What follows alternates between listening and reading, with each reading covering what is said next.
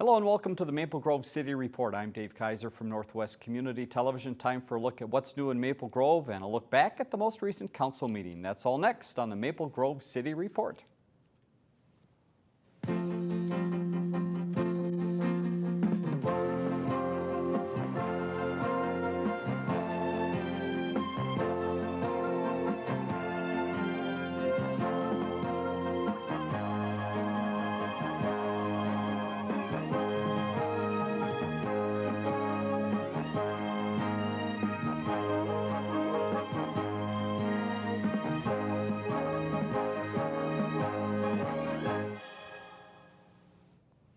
Thanks for joining us on the Maple Grove City Report, joined by Al Madsen, City Administrator for the City of Maple Grove. Welcome again, Al. Thank you, Dave. As you see, he has the notes ready. We've got about an hour and a half council meeting to talk about, a few items related to photos and liquor licenses, but a number of things happening around town before that. What's the latest in Maple Grove? What should people know? Beaches are closed. Okay, the sad sign that fall is almost here. For sure, yes. A lot of our lifeguards at our beaches are college students, and so they head off to college.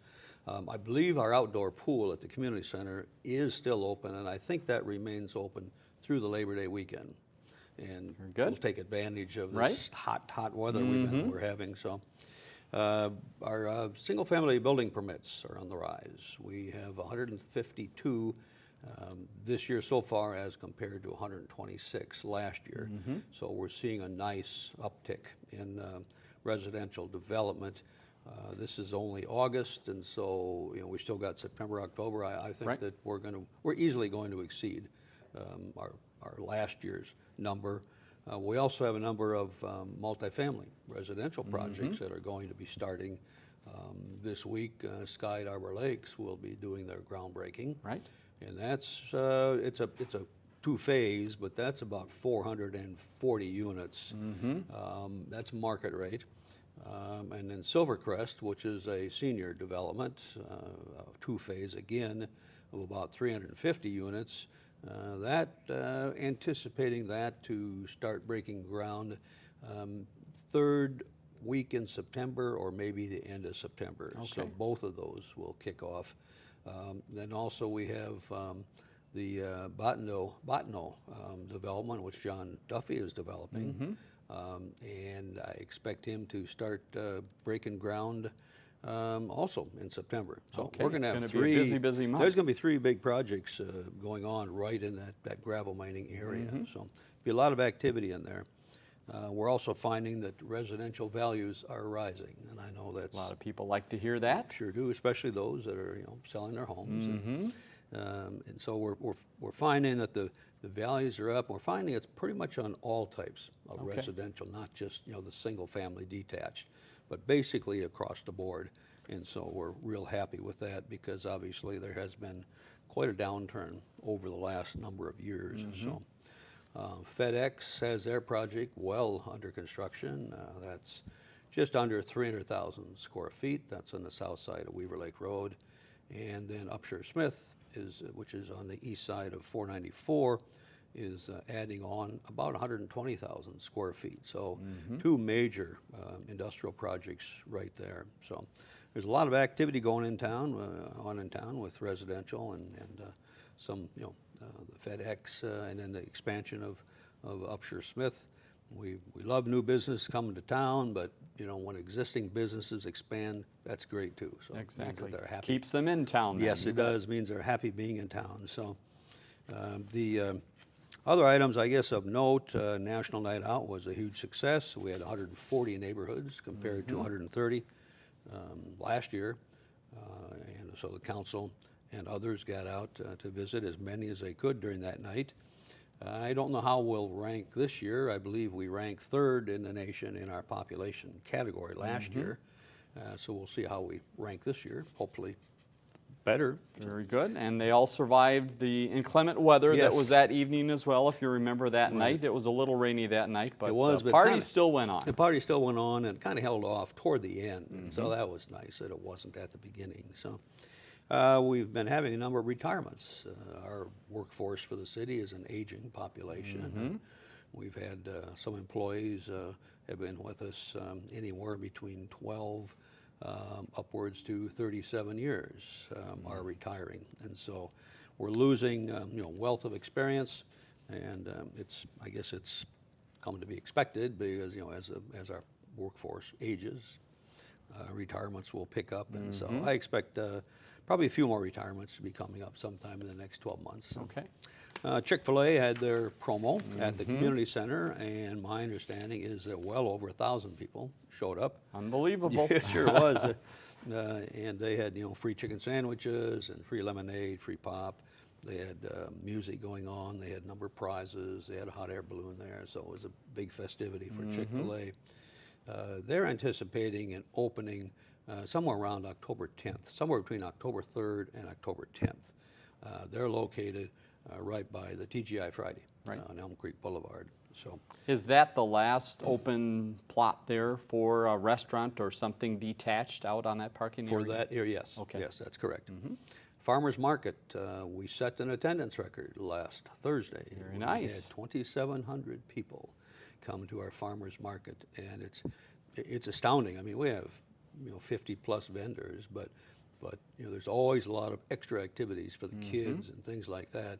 And 2,700 people, and it's from 3 to 7, and so you got a 4-hour time frame. And you got 2,700 people that are coming through there. The vendors love it, and we love it too. It's just a great, great thing for the city. So. And certainly the peak of the season, so I would guess everything is out that's going to be out right now. Correct. That is absolutely correct, yes. I want to remind our viewers that regarding State Fair, the weekends, only in the weekends, there will be bus service provided. Bus will leave our Arbor Lakes Transit Station and take people to the State Fairgrounds and bring them back. Excellent. I think the latest trip back is 11 at night, and it's $5. And I think that's, if I remember right, it's round trip, and that's cash only. Very nice. So, I mean, it's a great deal for $5 a person. It's been well received in past years. Oh, it really has. And I mean, how convenient it is to just get on the bus, an air-conditioned bus, and let the driving to somebody else, and the agony of construction zones and all of that. So just bring the bus driver a corn dog or something, or Yeah, leftover yes. French fry. Yeah. There you go. Yes. So that's proven to be very, very well accepted. So we're very happy about providing that service, and it uses Maple Grove Transit buses, but it's provided through Metro Transit in coordination with our own Maple Grove Transit system. So. And I believe there's a link to that on the homepage of the website. Yes. So if you go there, you can get that exact schedule. So make sure you check out the timing and make sure Correct. you catch that bus. And again, it's just weekends, so not during the week, but Okay. it's still, my wife and I, a couple years ago, we took that way to get to the State Fair, and I mean, it's so convenient. It's just so nice. Just, like I say, sit in the air-conditioned bus and You didn't like looking for a parking place on someone's lawn? oh gosh, it gets to be Or your such, parallel parking? it gets to be such chaos. It does, just a little bit. Oh my gosh, I've always wondered, all these residents that are around there, and how much money do they take in during the State Fair by True. allowing, people to park on their lawns? Lawns obviously get beat up, Right. But they got to take in quite a bit. I don't Yeah. know how much they charge. Yeah, but it's interesting. Yeah, it is. So. Have to do a study on that sometime. Yeah, there you go, right, yeah. Council meeting, the recent council meeting was a smooth one. We got over at 9 o'clock. We had a couple of items. I want to congratulate Joe Bennett. He's in our Public Works Department now. Rod Keller, one of our longtime employees, retired. And, hi to Rod because he did a fantastic job for us. Joe Bennett now has been promoted to come in and take over Rod's place, so we're very happy about that. It's a nice, smooth transition because Joe knows the system, and he's been an employee down in Public Right. Works for a number of years, and so it's a nice, smooth transition. So good. we're happy with that. We did approve a lane expansion for Costco. They wanted to add some additional gas pumps to their operation, and that was approved. We did have the photography contest. Carol Morris does a great job on that. The winners, first, second, and third place winners were at the meeting, and the mayor and Carol presented them with their certificates and their prizes for their photography contest. The one picture that really stuck out in my mind was, it's a close-up picture of a rabbit, and its ears are just up like this, and the caption is, "You talking to me?" That was really great. But all the pictures were just outstanding. The work that they did. So. And I understand that those pictures are then used by the city, that the photographers grant the city permission to use them in some publications. So if you look on the website or maybe in the newsletter sometimes, you might see some of your neighbors' great photos. Right, absolutely right. And sometimes we have used them in our city residence guide as well in the past. So absolutely right. It's nice to get that, get those pictures out there, recognition, because some people really have a tremendous knack at taking pictures. It's just amazing. Very So. true, and there's even a youth category. Yes. And so there's some young photographers out there that are budding and getting into it, Yep. and you'll see some of their work as well. Right. We had a public hearing for Haskell's. Haskell's wishes to open a wine and liquor warehouse out by the new Target. And so that does require a public hearing. So they presented their application to the city council. We've completed all the necessary background checks and everything was fine. And so we did have a presentation from a representative of Haskell's, and the council approved the liquor license on a 5-0 vote. But we always, especially the mayor, we always remind the businesses that come in for a liquor license, that's the only time we want to see them. We don't want to see them coming before us because of a complaint or a violation or something. So I'm not quite certain when Haskell's, if I remember right, I think the representative was talking about sometime maybe in November being in operation, but they do have their liquor license. So building a brand new building, freestanding building? Okay. Right. And then the Hilton Garden Inn, it was a minor public hearing on that. They had some of an ownership structure change, and because of that, we do have to go through the formal process of redoing the liquor license. And so, again, that did require a public hearing. Nobody in attendance that objected to it, and the council heard from the new management and granted the new liquor license. It's just more of a formality than anything else. Right. They have a liquor license, but because of the ownership structure was adjusted, they then have to come through the process once again. So nothing real serious. We did have a fairly lengthy discussion regarding a liquor license violation. Costco, so I think it's probably maybe a month and a half ago, 2 months ago, did sell to a minor. And this is their second violation in 3 years, less than 3 years. And that calls for a 5-day suspension. It's for your first suspension, or your first violation, it's 2-day suspension.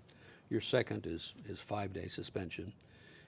The attorney for Costco was there, as well as a representative from Costco, asking the council to, they were presenting to the council the different things that they have implemented, scanning machines and a variety of other things that they have implemented, so this does not happen again. Now, it still boils down to human error, because a person can still, doesn't have to look at the license, can decide this, maybe they don't even want to look at the license and still sell. Right. But I believe that the new equipment that they have implemented takes you have to scan in order for the register to open. Okay. And so that's like a double safe way of doing it.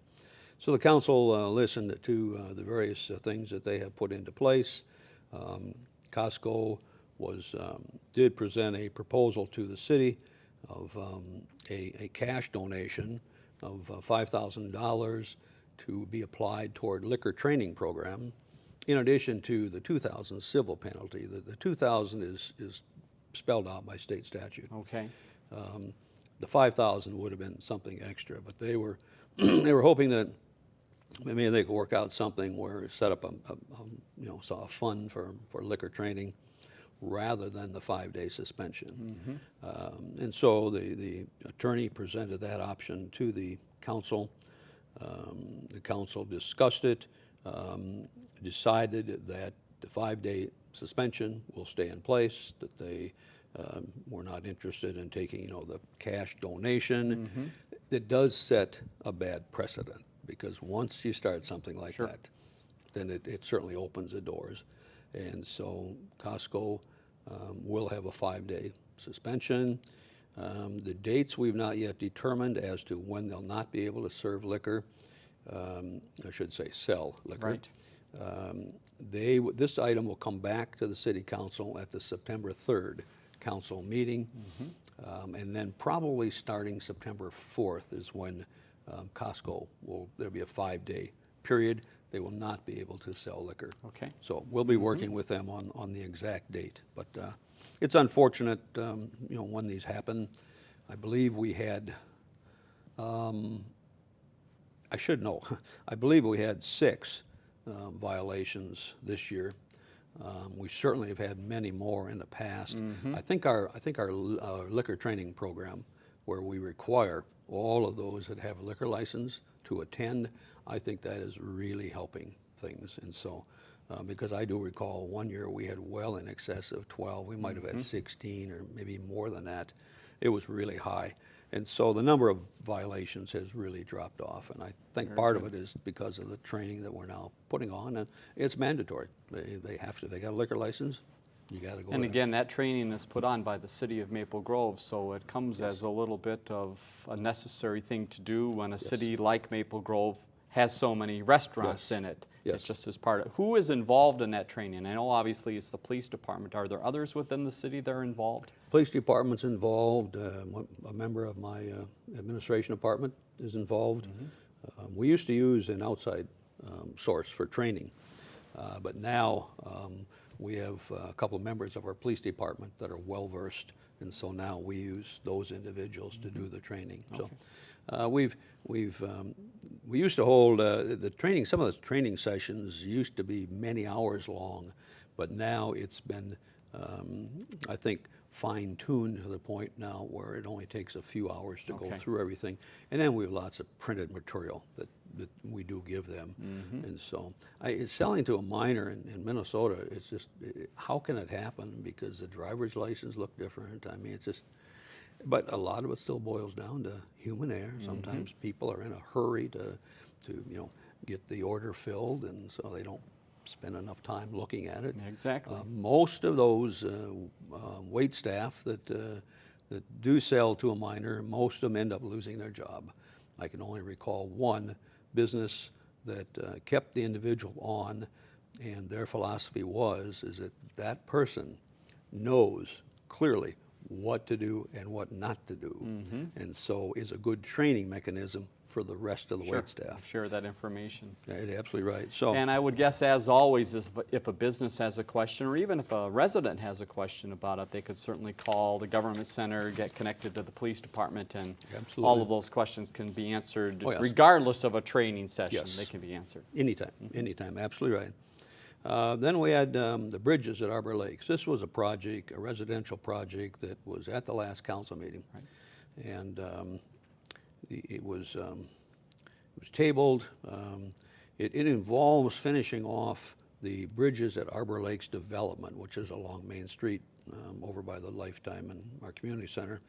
And originally it was developed by Opus Corporation.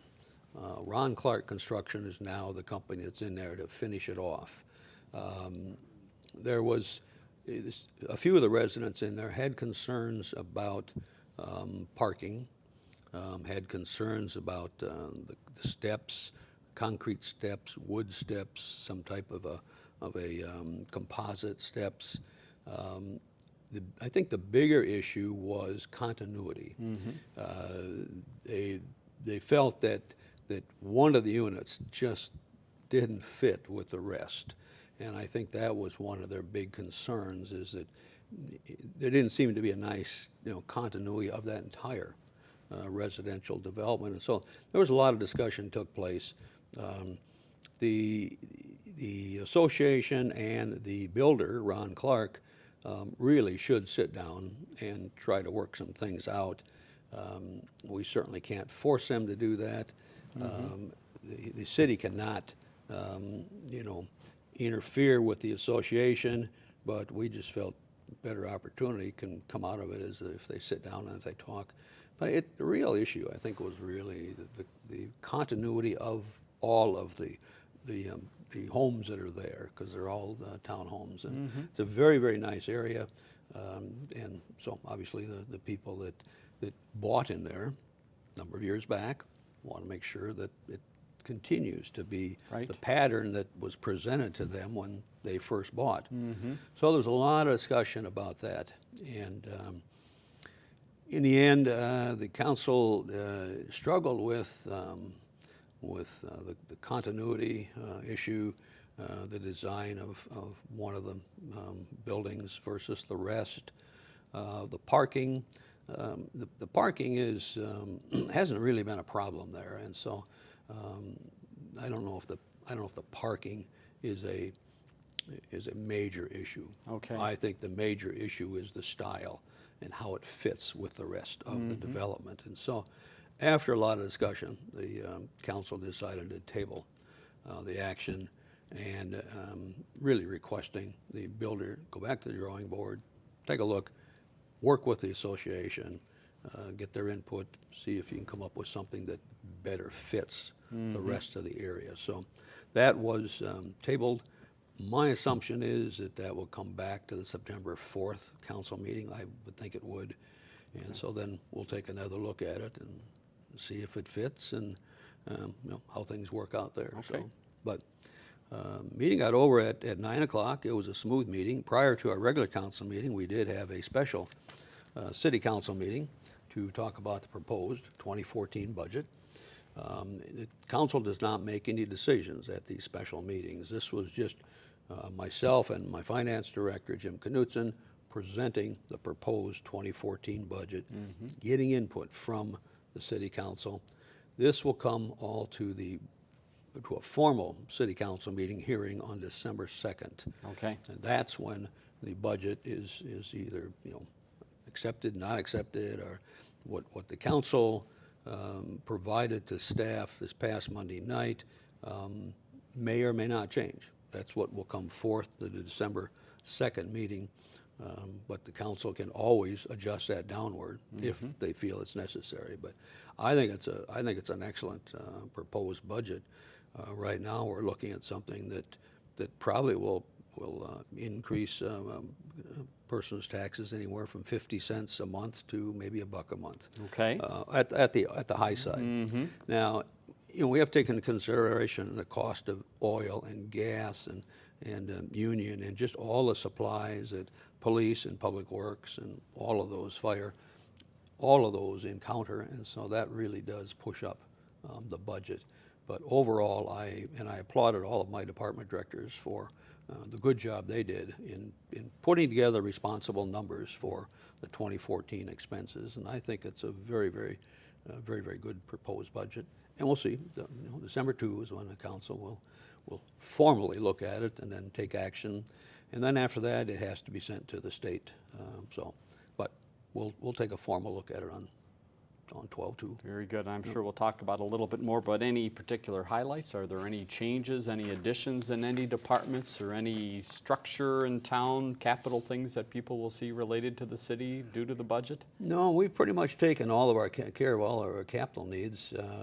We did eliminate a few positions that actually had been still on our books for a few years, had never been filled. Okay. And then we got to the point we decided, okay, there is no need to fill it. And so we've eliminated a few positions. We also take a stronger look at, for example, do we need a full-time position, or can we get by with a part-time position? Maybe it's a permanent part-time. We don't just automatically jump out and hire someone full-time. Right. As I say, we've had a number of retirements. We had one of the retirees in our finance department. What we're probably going to do is spread out her duties to other members of the finance department and not fill that position. Okay. But we don't jump right away to fill the position. We take a look at, is there a better way to Sure. do it?